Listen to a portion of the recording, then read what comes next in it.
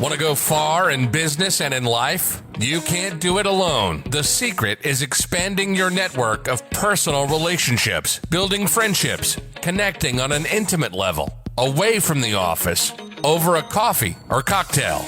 Welcome to All In with the real Nate Payo. The show that asks what happens when you go all in and leverage the power of your network of personal relationships.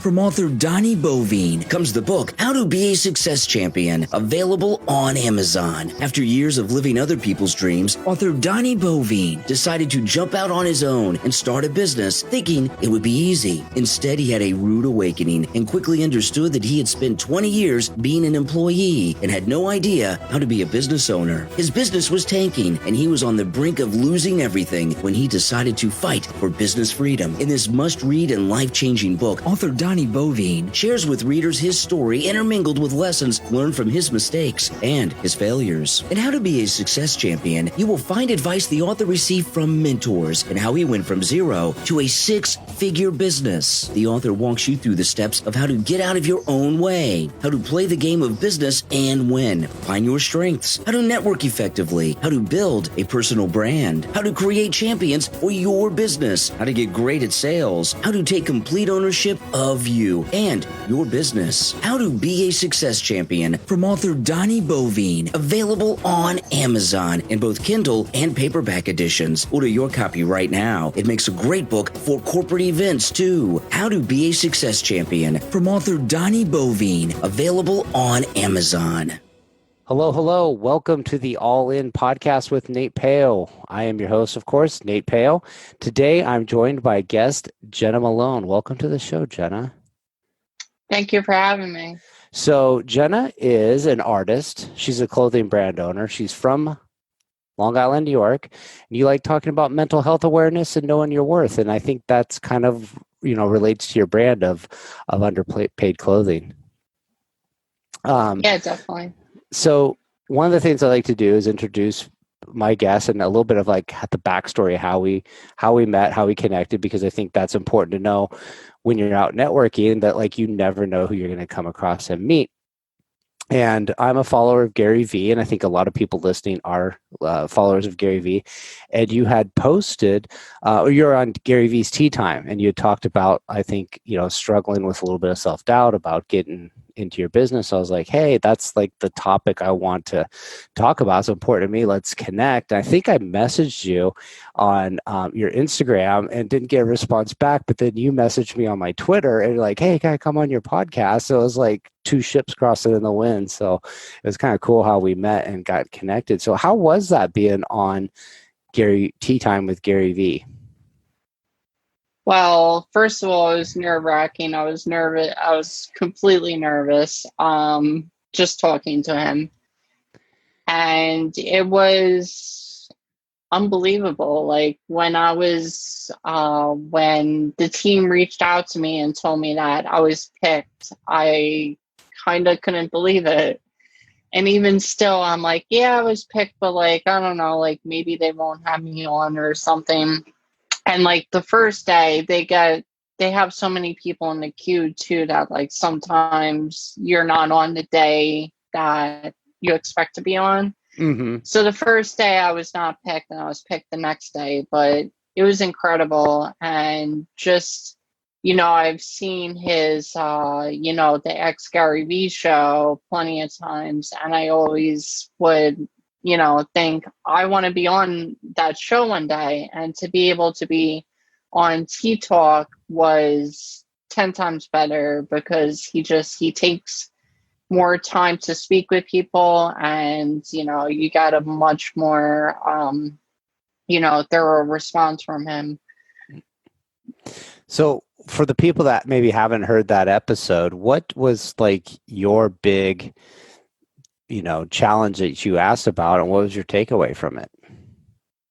Well, at the time, I actually wanted to give up on my clothing brand. I had just gone through 2 months of no sales, a couple months of very low engagement on all my social media channels. And I just thought that not a lot of people care about the brand. I just thought like maybe I picked the wrong niche. Maybe, this wasn't the right idea to start a business around. And when the whole pandemic started, I was on TikTok around April, so it was kind of when it had just started.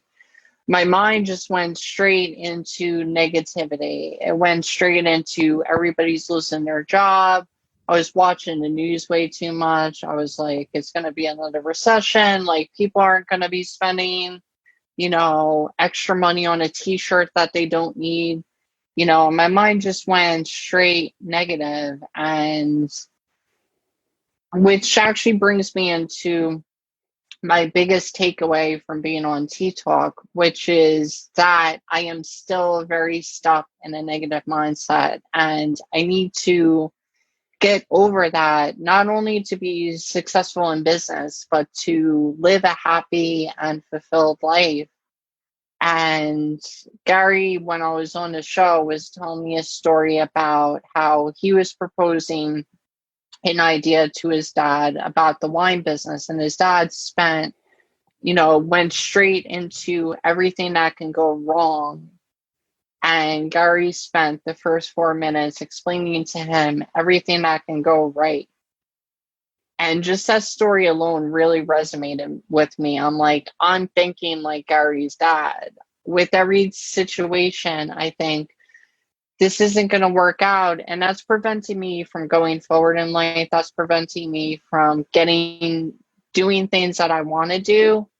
Because my mind, if it automatically goes into, well, this isn't going to work out, then you're not going to even try with a lot of things.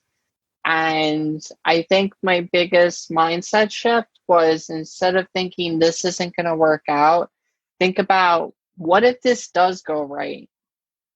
And Gary had told me as well to put up one of my drawings, because at the time I was like, maybe I should just like pursue being an artist. I kind of, thought maybe that might be a better path for me to go down. So he has suggested to put one of my drawings on Instagram and tell people, sorry, everyone, but Gary made me do this. I'm selling this drawing for $80. And I did it, and the drawing sold. So that kind of proved in me that, like, something that I didn't think was possible, I was actually able to achieve. So my mindset for life going forward is going to be, what if it does work out? Yeah, that's a great mindset, and you're definitely not the only person that feels that way. And I've had, in my past, I've started a few businesses that didn't work out and they had limited success. And I've wanted to start other businesses that I probably never took off, because I would get to that point, like where you're saying, you're going, maybe this isn't for me. Maybe nobody wants this brand. Maybe nobody cares about this. And maybe you just kind of talk yourself into like, oh, it's a lot of work for like nobody caring about. Like, I just don't want to put myself out there. But you push that aside and you go about your life for a little while, and all of a sudden that itch comes back and you're like, hey, I need to scratch this itch. I need to do something. And for me, I just came to the realization that a lot of those things are just stories I tell myself in my head, you know? And so Jenna, today is May 27th, 2000. Sorry. no worries. But we tell our stories, these things in our head that like we're good enough, or not, that somebody else can be big and famous. Somebody else can create a clothing brand that's very successful, but they all started on day one too. Like, and Gary's one of the people, like, I've gone back and watched Wine Library TV from like the first episodes, and he like start off with a camcorder in this like, really unpolished, very basic. You know, his enthusiasm is like there, but it's a lot more raw and a lot less intense. And you just go, you got to start somewhere. You have to get over your shortcomings and provide your worth to the world, because you know, what if you made a difference in somebody's life? And I think your message between your brand, I don't know if we've mentioned it yet, but it's called Underpaid Clothing, right? And it's I think your message, well, I'll let you tell your message, but it's, what if you made a difference in somebody's life with that, you know, just that one person, and you said, hey, was I too selfish to put myself out there when I could have made a difference in somebody's life? I think when you start looking at, you're called to answer your gifts and share your gifts with the world, when you do that, you're going to influence people's lives a bit more. So maybe with that, you could talk a little bit about your brand, because I did want to comment on some other things around the stories we tell ourselves after you share your a little bit about your brand.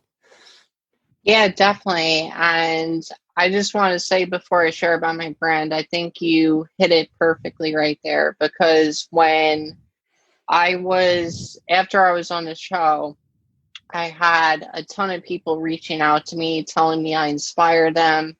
I had artists telling me I inspire them to now sell their artwork.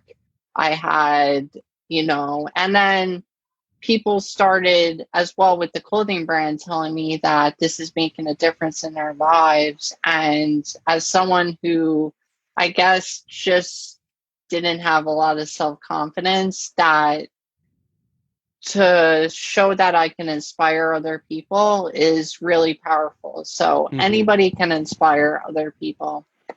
So I just wanted to mention that first. Well, it's very powerful for sure.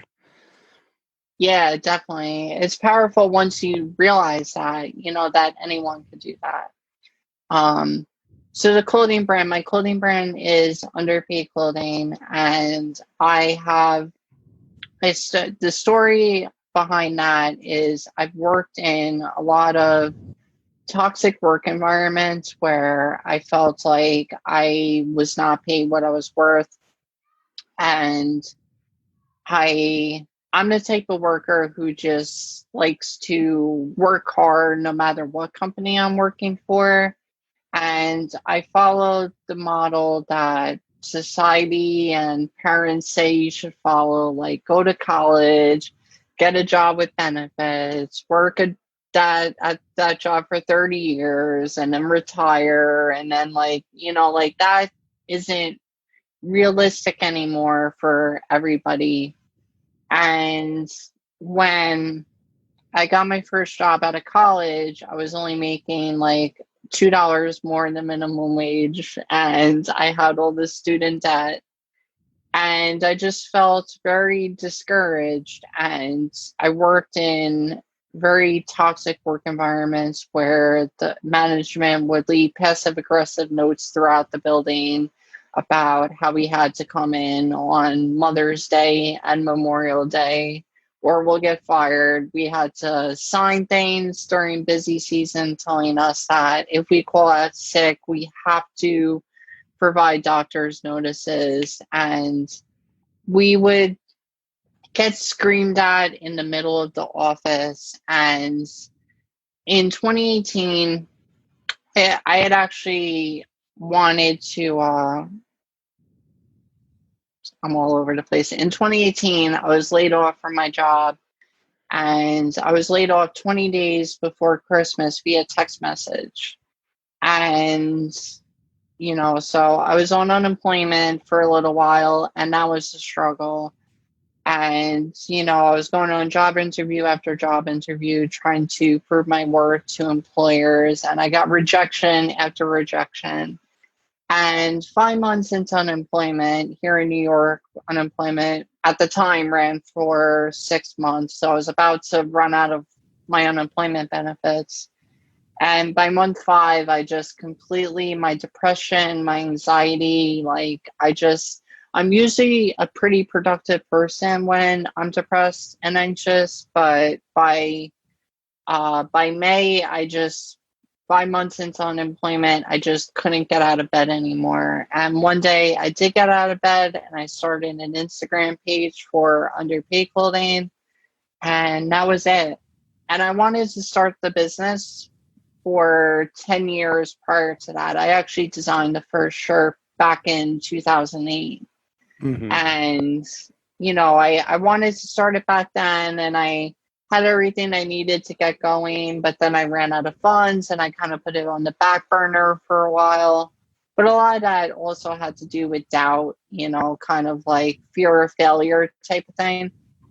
So, It's kind of funny yeah. you say that, because when you want to do something, like you get creative and you find a way to make it happen, but you can let the self-doubt get into your head and tell you, like, it's kind of hard, like you don't have the money today to do it. Why don't you wait, get a job, do whatever, put this on, like you said, on the back burner, and when the time is better, like, we'll revisit it. But my experience in life is there's always something that will come up. You're always going to have the next challenge. Life gets in the way, and there'll never be a better time than now to start doing something, except for maybe 10 years prior. But obviously, you can't go back in time.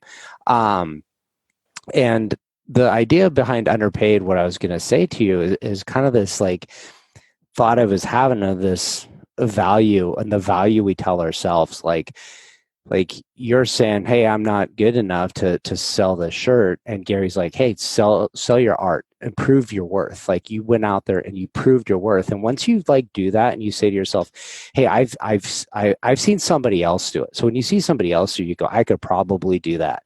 But when you do it yourself, like, you know that you could do it again. And you could do it again. And if you could do it one time, you can do it 2 times. If you do it 2 times, you can do it 10 times. If you do it 10 times, can you do 20, 200, 300, and just keep going? Like, everybody that's ever started anything, sold anything, started with one and built some steamroller. Nobody went out and sold 1 billion shirts their first day. They had to build something up to it. So I think that's a really cool thing behind the Underpaid, is that, like, it's also about valuing, like, what's your worth, the stories you tell yourself in your head. What am I telling myself my value is, and having some confidence by making a sale and going, hey, you know what, I am worth more, and I'm going to go out there and chase and get it. So I think that's a really, really cool brand. And I like what you've been doing with your social media too, especially with the pandemic going on too. There's a lot of people are out there working for minimum wage or just a little bit over, and they're putting themselves at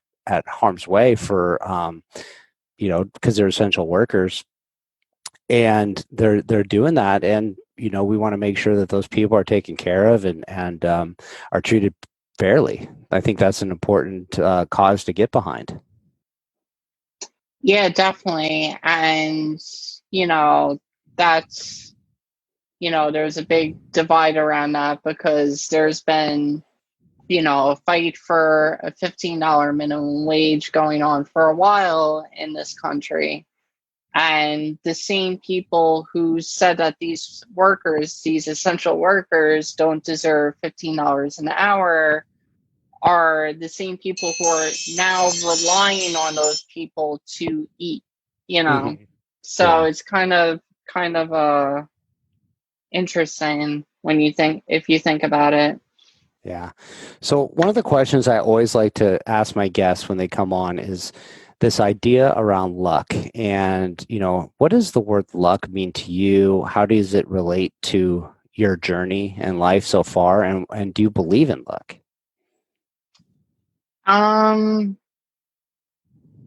Do I believe in luck? I do, to a certain extent, but I also more believe in mindset over luck. Do I think that people get lucky and are first time business owners and just hit it with the right idea and their business just blows up? Yeah, I believe in that. That's luck. But I believe that it's more about mindset. I'm realizing how powerful mindset is over luck. And I think that, I think there's a lot of people that are in a negative place, and I used to be one of them, by the way.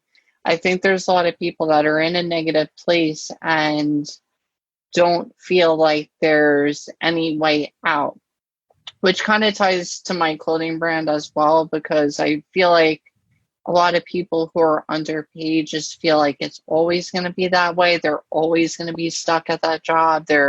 Or they're always going to be stuck at a job like that.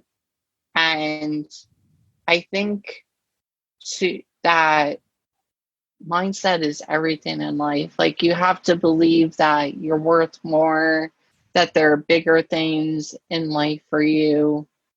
So I believe that I definitely believe that mindset is more powerful than luck. I would wholeheartedly agree with that. And this may sound kind of like mumbo jumbo-y about like, when you attract things into your life with the thoughts that you put into your head, you're like, oh, if I'm just going to want and wish for something, it's not going to magically appear. But I've been focused on this saying lately, which is thoughts become actions and actions become outcomes, and how important those thoughts are, because the outcomes are a product of the actions you take, right? And the actions you take are going to be, it's the to-do list, it's checking the boxes. So your mindset to check boxes off your to-do list doesn't always have to be positive. It doesn't always have to be negative, but the thoughts you put in your head impact that. Because if you're not feeling like doing something and you sit in your head and you go, I don't feel like this, I'm never going to get out of this rut, why bother taking these steps? Are you more or less likely to go check the boxes on your to-do list? You're probably less likely. But even if your day sucks, but you go, hey, you know what, my day sucks, I'm not real happy with where I'm at in life. It's a challenge every day to get up and do what I need to do. But I'm thinking in my head that I want that outcome more than I want where I'm currently at. I'm going to do these things regardless of how I feel, and I'm going to start checking those boxes. And so when you start putting the thoughts in your head that what's more important, what are the things putting you in your actions, it's not just like, oh, I'm wishful thinking everything all day, but having the attitude of like, I'm going to do this even though I don't feel like doing it, starts becoming, I'm going to do this because I choose to do it, because I want to do it. And then if you keep doing that repeatedly, you're right, your mindset changes. You start building momentum because you're checking the boxes, you're moving towards this outcome. So, when I say action and inaction is just as much as an action. It's like moving you closer to your goal, or it's not moving you closer to your goal. So you can be really good at sitting on your couch. You could be the best couch sitter out of it. But if you're not going to get paid for sitting on the couch, you're not going to go get anywhere. So you got to be moving the thing. So I think that's so true with this mindset thing. It's just thinking about, every day, am I moving it forward? And you can start retraining in your mind how you think about yourself. You start making, easy achievable goals. Like you sold one painting for $80. Like, could you sell another one for $100? And you say to yourself, like, I did 80, I could probably do 100. I could probably do 200. Like, what would somebody like really pay me for this? And you'd be surprised what people, when they feel confident about what they're doing, like they talk about it, like you can accomplish more, and you go, hey, I could do a little bit more next time. And then you build a lot of momentum. So I think you're right on the money there with mindset being a bigger impact than luck, for sure. Yeah, definitely. And action is so important. I was pretty close to not submitting a question for Tea Talk with Gary Vee. A moment that is already, I can already feel being on Tea Talk changed my life, because I already feel myself thinking more optimistically, and I'm self-aware about my negative thoughts, and I stop them and reframe my negative thoughts into positive ones. But just one decision, I was very close to just thinking, they probably won't pick me, I'm not even going to ask my question. But I X'd it. Anyway. Yeah. And it's crazy how like that's like you're talking about the people that have been inspired by you. There's people watching your journey. There's people like there's so many people that are never ever going to tell you that they watched your journey and they were inspired by it. They're never going to like a comment or post or do anything. They're just going to be silent lurkers, because this happens all the time. And maybe one day you'll bump into somebody in an elevator and they'll say, hey, when I was at a low point in my life in 2020, I saw your thing and I've been following you since, and I've watched you grow and take off. And it inspired me to do this, because people, like, we get kind of down on ourselves, like, oh, nobody's liking my post, nobody's buying it, but we're planting seeds and we're waiting for them to harvest. And we don't see all that growth that's happening underground. And a lot of people don't reach out and say that they're, that they, hey, I like what you're doing. So we just assume nobody likes it, nobody cares. And sometimes it takes a while to find the people that we relate to, or that relate to us. We find our tribe, I guess you could call it. But you are making a difference, and I think you're going to see continued success. And because of your journey, you're like documenting. It's like, hey, somebody's going to watch this whole process of you going from the I guess the point of no return, where you said, hey, I'm going to quit, to shoot, I'm taking this thing to the moon. I'm going to put all my efforts into it. I think that's an amazing story, an amazing journey to watch. And just, getting, people are just going to support you just for that, and it's going to grow and steamroll. I have a pretty good feeling for that. I appreciate that. So that leads me to my next question, which is this idea around the show that I've created called the All In. And what does being all in mean to you on an idea or an outcome? Or in this case, maybe with your business, what does it mean to be all in?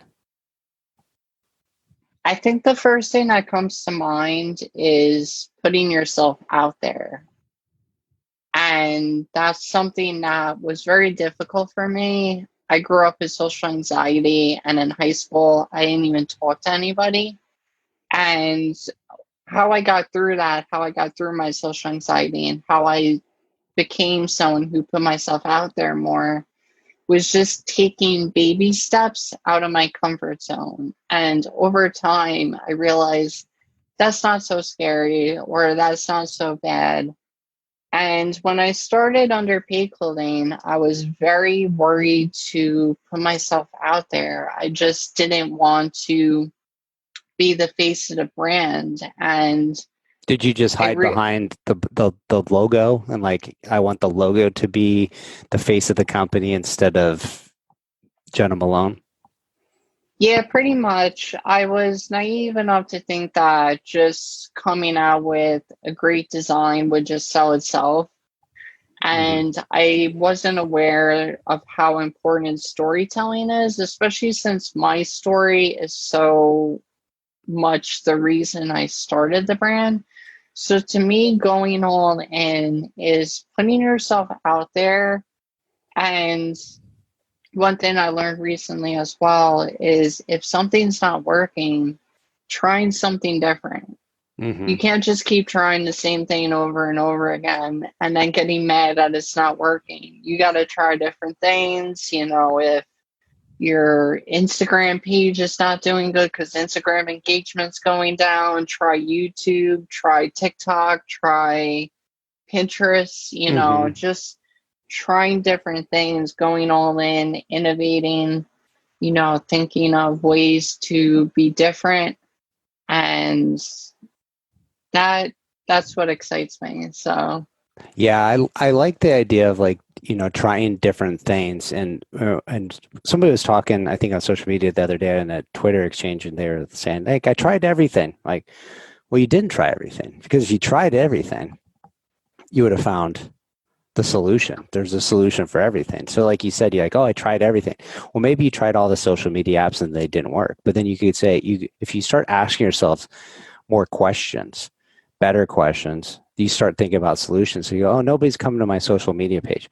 Well, where else would I find people that want to buy my shirts or buy my brand? Or where, and you could think of places like, well, maybe there's,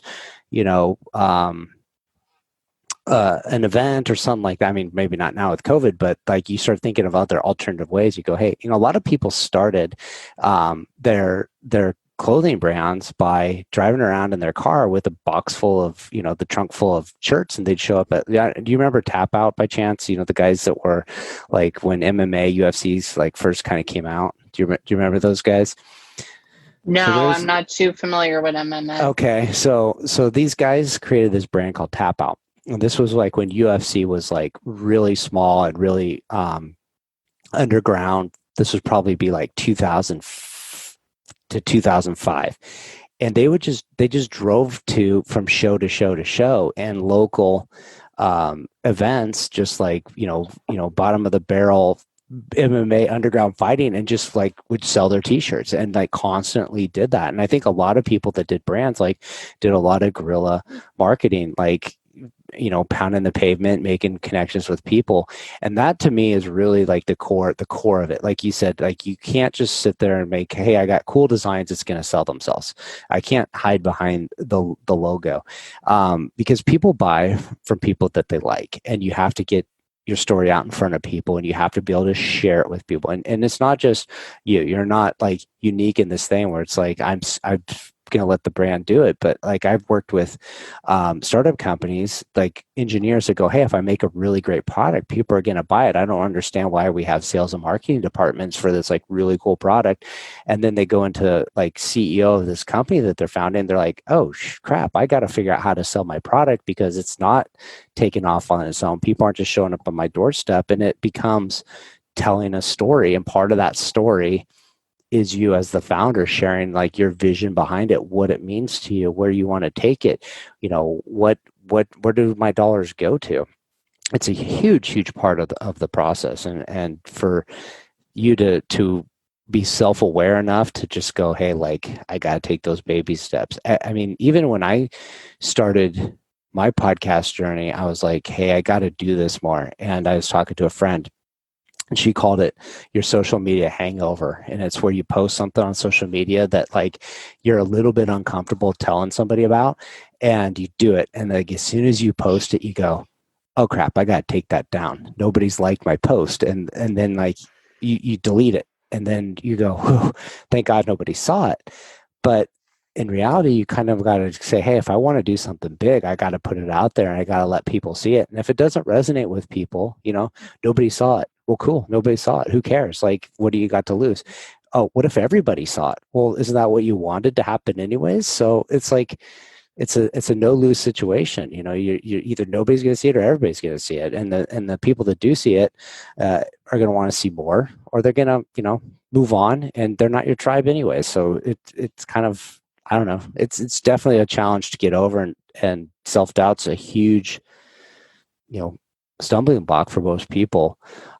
Me in particular, I sit there and struggle with it all the time and question myself, like, oh, was it worth it? And to keep doing what you're doing and put yourself out there as an inspiration, I think is wonderful. And I think it's going to be an inspiration to others. So let's talk about that person. Who is your ideal customer, your ideal person that's going to, support the Underpaid Clothing brand?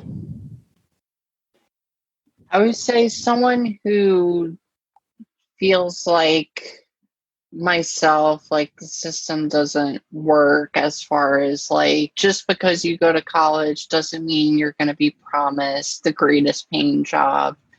Somebody who is just that essential worker who's tired of risking their lives for a paycheck that might not pay their rent and food for the month. I've watched a lot of stories of people who are struggling to get by, and, they're working a full-time job, or they're working 2-3 jobs, and they have to choose between, paying rent or buying groceries this week.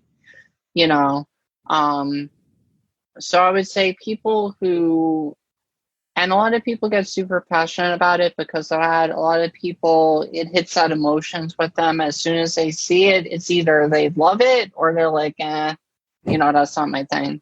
Yeah, very cool. So where can people go to find your clothing brand? Where can they go to find you? Where should we send them if they want to connect with you?